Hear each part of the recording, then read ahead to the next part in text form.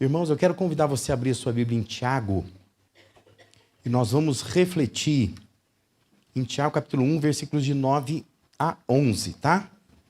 Nós temos tomado essa carta de Tiago como base para nos trazer instrução acerca de práticas que devem compor a nossa fé, né? A nossa fé precisa ser composta, precisa ser feita com práticas assim, para não ser uma fé só verbalizada, né?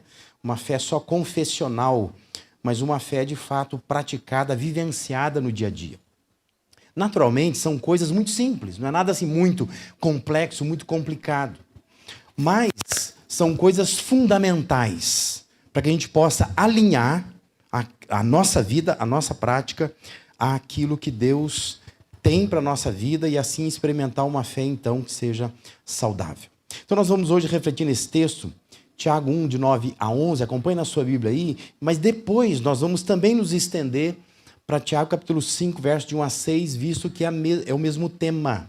Tiago vai voltar a falar, especialmente aos ricos, lá no capítulo 5, mas depois nós vamos acabar lendo durante a mensagem aqui, tá bom? Acompanhe na sua Bíblia. Tiago 1, de 9 a 11, diz assim: o irmão de condição humilde deve orgulhar-se quando estiver em elevada posição. E o rico deve orgulhar-se se passar a viver em condição humilde, porque passará como a flor do campo, pois o sol se levanta, traz o calor e seca a planta. Cai então a sua flor e é destruída a beleza da sua aparência.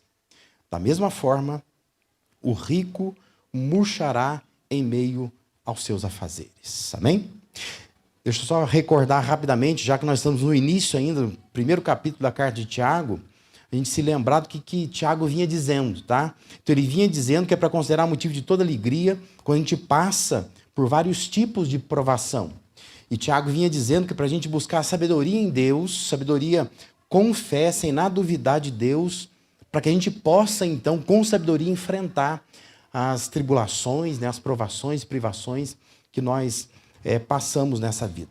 Mas a partir do versículo 9, Tiago parece querer tornar essas provações um pouco mais específicas, né, uma espécie de afunilamento, de modo que ele vai tornar essa ideia de prova, né, que é um tanto abstrata, um pouco mais concreta, dizendo talvez o tipo de prova que aquele leitor original lá estava passando, né? Quando ele fala da condição socioeconômica daquelas pessoas. Ele se dirige às pessoas dizendo assim, o irmão de condição humilde. Me parece que essa deveria ser a maior prova que aquelas pessoas estivessem passando naquela época lá. Há notícias de que a Palestina e a Síria sofreram grande fome naquela época. E os cristãos, especialmente, estavam sendo apertados na sua vida por conta de dificuldade financeira. Se você ler Atos, capítulo 11, versículo 28 a 30, vai mencionar acerca disso.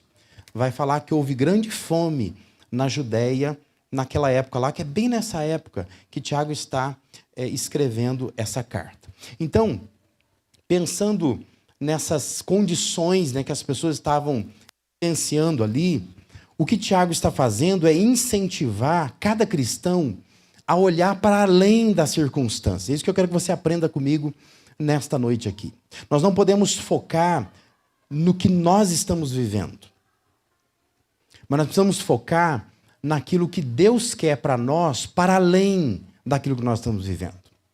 Porque a nossa tendência é a gente ficar preso à circunstância. E se nós ficarmos presos à circunstância, hoje é isso, amanhã é aquilo, depois da manhã é outra coisa, não é?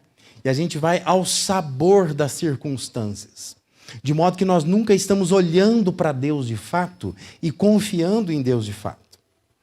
Mas o incentivo, o estímulo de Tiago é que o cristão precisa enxergar para além das circunstâncias, precisa tirar os olhos dos problemas, das circunstâncias, das tribulações e colocar em algo superior, em algo maior, algo que está para além disso. Então, existe algo a se focalizar que está para além daquilo que a gente está conseguindo enxergar. Eu quero que você pense comigo nesta noite aqui. Então, em que o cristão vai colocar os seus olhos? Em que o cristão vai se concentrar? Baseado no texto, aqui, capítulo 5 também, nós vamos avançar um pouco mais depois. Então, em primeiro lugar, Tiago está incentivando a nos concentrarmos na nossa posição diante de Deus. O que exalta uma pessoa, o que confere status verdadeiro a ela, não é a condição social ou a condição financeira dela. Mas o que confere valor a uma pessoa é a sua posição diante de Deus. Olha só. Tiago diz que há uma dignidade na pessoa, apesar da condição humilde dela. Aquela versão atualizada do Almeida traduziu os versículos 9 e 10 assim: o irmão, porém, de condição humilde, glorie-se na sua dignidade, e o rico na sua insignificância, porque ele, o rico, passará como a flor da erva. Tiago está alertando para o fato de que as condições desta vida, sejam elas boas ou ruins, elas são passageiras. E o significado ou o sentido da vida não deve vir das condições materiais que nós temos, mas de algo que está para além disso, que é a nossa posição diante de Deus. Isso é mais importante do que a nossa condição financeira. Hoje é dia do trabalho, né? Dia do trabalho do trabalhador, nunca sei, né? Mas é um feriado aí, né? Dia do trabalho. E nós estamos pensando, né, no nosso trabalho, né? Eu sei que deve ter havido aí várias situações ao longo do dia remetendo a esse tema. E hoje também nós estamos começando, né, mês de maio, considerado o mês da família. Boa oportunidade nós temos para refletir sobre isso. Refletir sobre finanças, condição socioeconômica, porque isso tem um impacto muito grande sobre nós. Sobre o nosso trabalho, como é que nós trabalhamos. E é importante nós pensarmos na nossa posição diante de Deus. Nossa posição diante de Deus é mais importante do que tudo isso. Porque do trabalho a gente aposenta, do dinheiro a gente cansa, né? A gente vem a falir muitas vezes com ele. O que nos resta muitas vezes é a nossa posição diante de Deus. A gente já ouviu tantas vezes dizer que quando você está na UTI, nos seus últimos suspiros, respiros, nada disso resolve, né? Nada disso adianta. Ali você chama por Deus, você clama por Deus. Ali o mais importante é a sua posição diante de Deus. Não adianta saber quanto que está investido no Tesouro Direto, não adianta quanto eu tenho lá na Petrobras, não é? Investido lá, não adianta saber quanto que eu tenho em poupança, quantos carros tem na garagem, não resolve nada disso. Porque ali o que importa é a nossa posição diante de Deus. Olha o que diz Provérbios 11:4. Diz assim: de nada vale a riqueza no dia da ira divina, mas a retidão livra da morte. Nada vale. Não adianta nada você ter uma posição social, um status social elevado. Está dizendo que isso não vai valer de nada no dia em que Deus resolver derramar sua ira. Nada. O que vale naquele momento é a sua retidão. É se você é reto diante de Deus. Se você tem uma posição diante de Deus. Isso tem algum valor diante de Deus. Senão não tem valor. Tiago, ele usa a palavra grega ipsos, que transmite a ideia de dignidade, que literalmente indica exaltação, elevação a uma posição mais alta. Ele está dizendo assim que o pobre, né, a pessoa de condição humilde, ela tem que se gloriar nessa elevação que ela tem diante de Deus. Deus a eleva apesar da sua condição. É a posição que ela tem. Da mesma sorte, ele está dizendo assim, se você é rico, você também tem que se gloriar. Glorie-se na sua insignificância, porque isso também não é importante. O importante é quando Deus te eleva na presença dele. É a posição que você tem diante dele. Observe que em Tiago 2, versículo 5, um pouco mais adiante, Tiago ele vai fazer um questionamento, né? Dizendo assim, não escolheu Deus os que são pobres aos olhos do mundo, para serem ricos em fé e herdarem o reino que ele prometeu aos que o amam? Pobres, aos olhos do mundo, são ricos em fé e são herdeiros de um reino celestial. Então entenda, você é pobre.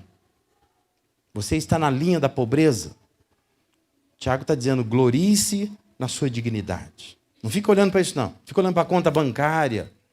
Fica pensando nas contas que vão vencer amanhã e você nem sabe se vai ter dinheiro para pagar. Mas pensa assim, eu tenho uma posição diante de Deus. Isso é mais importante. É nisso que eu tenho que me concentrar. Você é rico, está na linha da riqueza. Glorie-se na sua insignificância. Para Deus isso não tem importância. Porque Deus quer que você tire os olhos da condição que você vive. Seja qual ela for.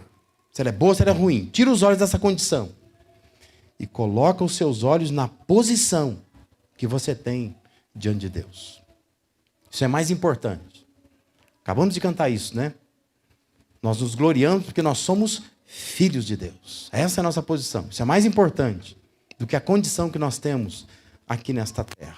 Então, é aí que nós vamos concentrar os nossos olhos. Vamos valorizar isso, vamos nos concentrar nisso, na nossa posição diante de Deus. Segundo lugar, onde nós vamos nos concentrar mais? Vamos nos concentrar na nossa postura diante das riquezas. O final do versículo 10 diz que essa condição humana de aparente exaltação, que é a condição socioeconômica pode trazer, diz que isso vai passar como a flor do campo. Versículo 11, que aparentemente faz uma menção a Isaías 40, versículos 6 a 8, diz assim, pois o sol se levanta, traz o calor e seca a planta. Cai então a sua flor, e é destruída a beleza da sua aparência. Da mesma forma, Tiago diz, o rico murchará em meio aos seus afazeres. Provável que os leitores lá, originais, né, que estavam lendo essa carta de Tiago, eles tivessem familiaridade com essa imagem, com esse quadro que Tiago está pintando aqui. Que talvez para nós não seja tão comum, né? Mas lembra, isso aqui é Palestina, é Oriente, região mais desértica. Então era comum, naquele contexto, levantar de manhã aquela relva, algumas plantas que davam algumas flores. Mas antes do meio-dia, soprava um vento quente. As flores estão todas murchas, né? Eles eram acostumados a olhar para coisas assim, verem coisas assim. Eles estão entendendo esse quadro que Tiago está pintando. Tiago está dizendo, é assim que acontece também quem confia nas suas riquezas. Isso vai murchar. Postura esperada diante das riquezas não é de rejeição. Não é isso que eu quero ensinar. Não é isso que Tiago queria ensinar. Não é isso que Deus quer ensinar. Deus não quer ensinar que a gente precisa rejeitar a riqueza. Se Deus te abençoar, abraça, né? Se você tiver condição boa financeira, abraça isso. Não é para rejeitar. A postura não é de rejeição. Mas a postura é de não colocar a sua confiança nisso. É diferente. Você pode ter riquezas, mas não dependa disso. Não coloque a tua esperança nisso. Não assenta a sua vida sobre isso. Você pode ter recursos, Deus não te proíbe disso. Mas o que Deus não quer é que você coloque a sua esperança nessas coisas. Que você tire os olhos dele e fique com essa postura de confiar completamente nas riquezas. Isso porque Tiago reflete o ensino que Jesus já havia dado. Lá em Lucas 12:15, Jesus tinha dito, a vida de um homem não consiste na quantidade dos seus bens. Outra versão diz, a vida de um homem não consiste, não se baseia na quantidade de bens que ele possui. Isso não é o mais importante, é preciso mudar a nossa postura diante da riqueza. Aí lá no capítulo 5, versos de 1 a 3 de Tiago, ele vai retomar esse assunto, mas ele vai exortar diretamente os ricos. Ele vai dizer assim, ó, ouçam agora, vocês ricos, chorem e lamentem-se, tendo em vista a miséria que lhes sobrevirá. A riqueza de vocês apodreceu, e as traças corroeram as suas roupas. O ouro e a prata de vocês enferrujaram, e a ferrugem deles testemunhará contra vocês, e como fogo lhes devorará a carne. Vocês acumularam bens nesses últimos dias. Por isso é preciso mudar a nossa postura que nós temos diante da riqueza. Porque lá no fundo nós colocamos nisso a nossa esperança.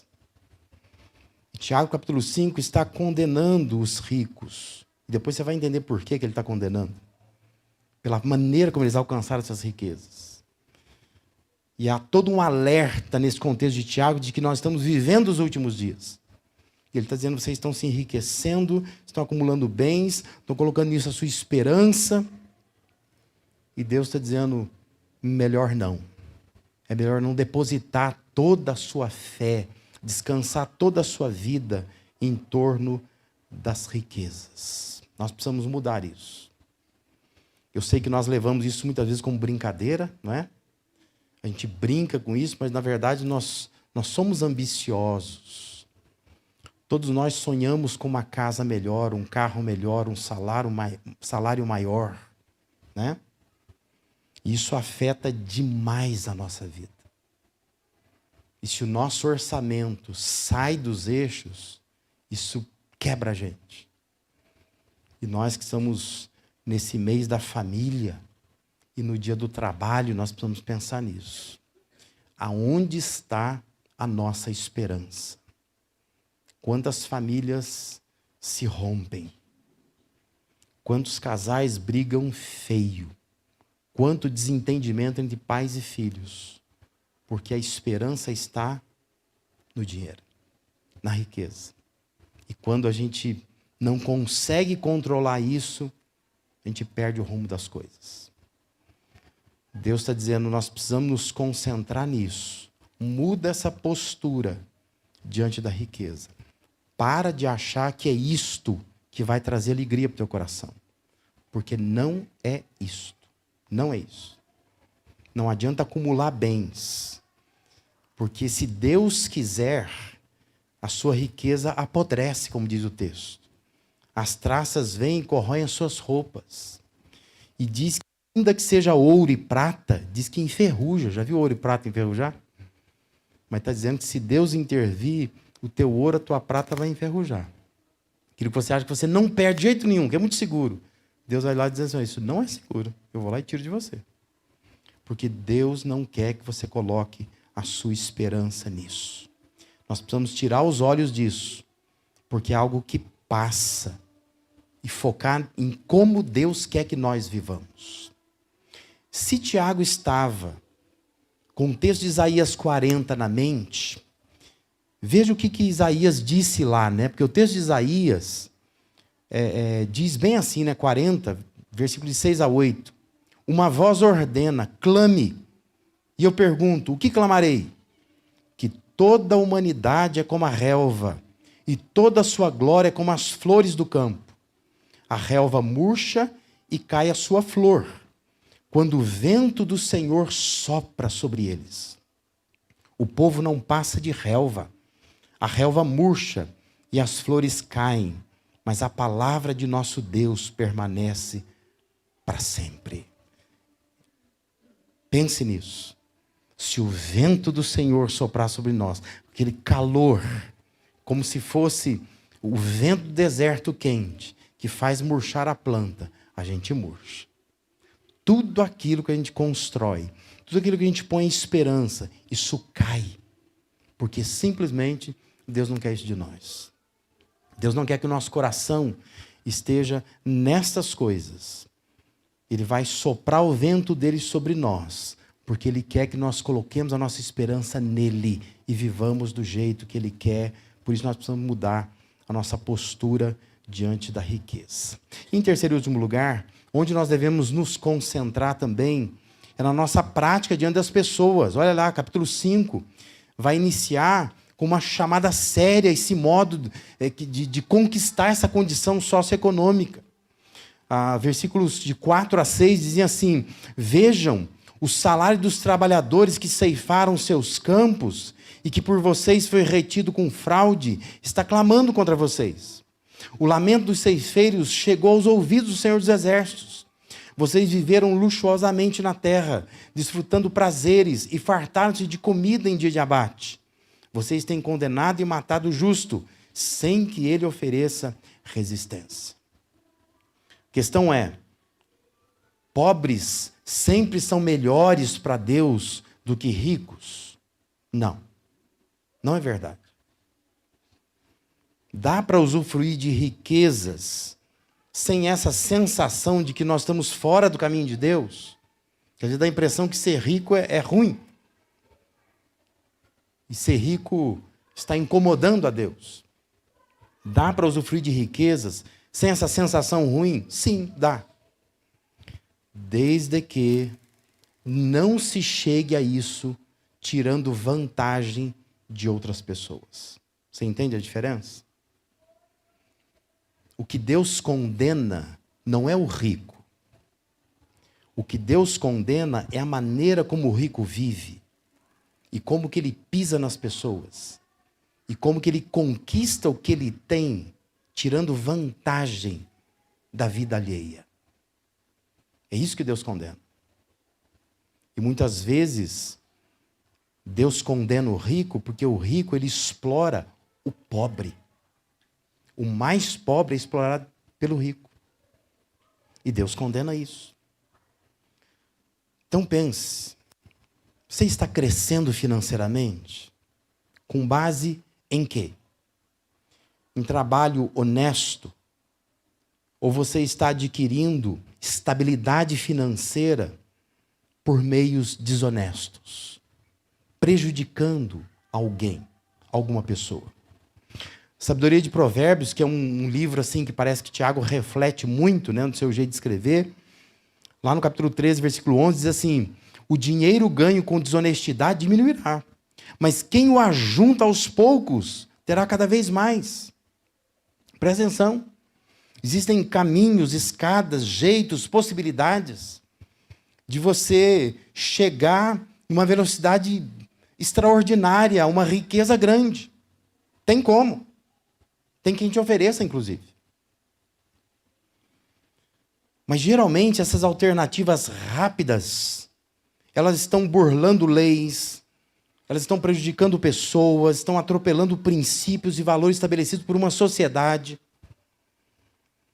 Mas Deus diz que quem vai mais devagar, quem vai ajuntando aos poucos, é que vai ter cada vez mais. Deus vai multiplicar se você for devagar.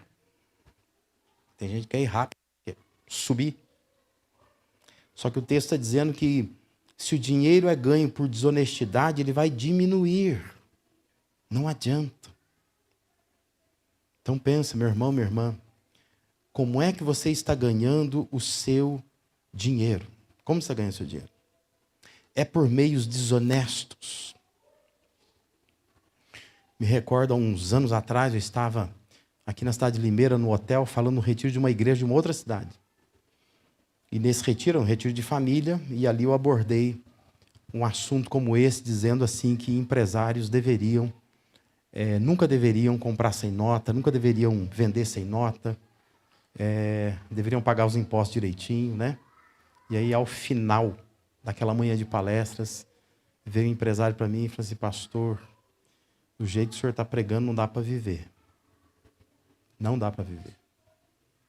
Eu disse para ele, falei assim: olha, se não dá para viver, não viva, né? Não viva. Não tem o seu negócio. Ah, mas é injusto, porque o governo está errado, o governo explora demais a gente. Mas é uma sociedade constituída. Nós precisamos fazer outras coisas, né? Saber em quem votar, saber como mudar leis, Mas se as leis existem, nosso papel é cumpri-las. E Deus não vai te abençoar. Enquanto você continuar ferindo princípios, quebrando, atropelando valores que uma sociedade toda estabeleceu que seria assim. Porque não é justo. Que às vezes o irmão da igreja, da sua mesma igreja, está fazendo tudo certinho, está pagando o preço. Por que você não paga? Está ganhando honestamente, por que você não ganha? Sempre nós estamos atropelando alguém se nós não estamos vivendo de uma forma honesta. Por isso nós precisamos mudar a nossa prática diante das pessoas. Nós precisamos pensar, vai mais devagar? Vai. Mas Deus está dizendo que se eu for mais devagar, eu vou ter cada vez mais. E eu confio mais em Deus do que nos cálculos dos economistas, na matemática, no que estão dizendo para mim, no que os coaches da vida, né? Porque tem uns coaches da vida aí, orientando empresários a como deve viver. Mas Deus está dizendo, olha, junto aos poucos, você vai ter cada vez mais. Não adquira nada com desonestidade. A mesma sabedoria de Provérbios nos vai alertar num outro momento, né? Capítulo 22, versículo 22 a 23, dizendo assim, não explore os pobres por serem pobres, nem oprima os necessitados no tribunal, pois o Senhor será o advogado deles e despojará da vida os que os despojarem. Olha que coisa séria. Deus dizendo, não explore pobre por ser pobre, porque o Senhor será advogado deles. Não explore. Você tem uma empregada em casa, não explore essa empregada. Não faça isso, né? Tem gente que explora a pessoa, maltrata a pessoa. Nós precisamos mudar nossa prática diante das pessoas, porque são práticas de fé que Deus está esperando de nós. Deus quer que a gente pratique dessa maneira, sem exploração.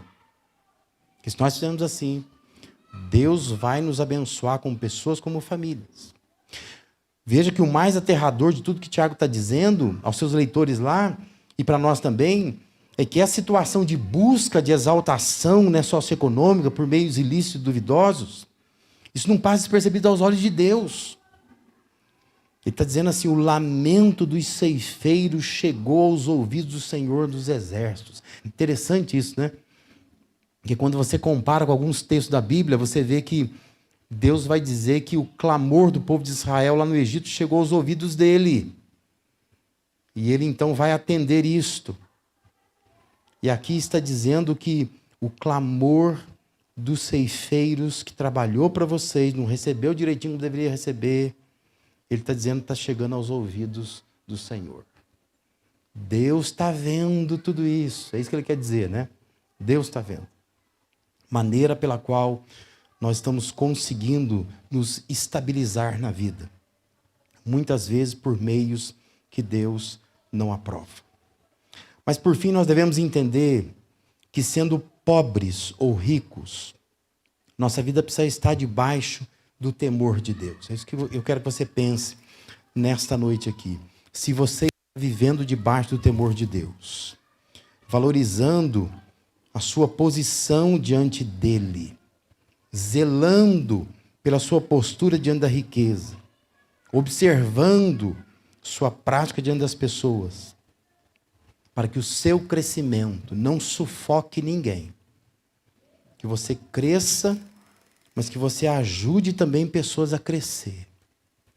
Como eu disse, nós estamos começando hoje o mês da família, já é dia do trabalho. É hora de pensar nessas coisas. Como é que nós cuidamos da nossa família? Como é que nós cuidamos do nosso trabalho? Nós precisamos nos concentrar nisso. Que importante é a posição que eu tenho diante de Deus. Que postura eu preciso ter diante da riqueza. Parar de colocar minha esperança nisso. Como que eu preciso observar minha prática diante das pessoas?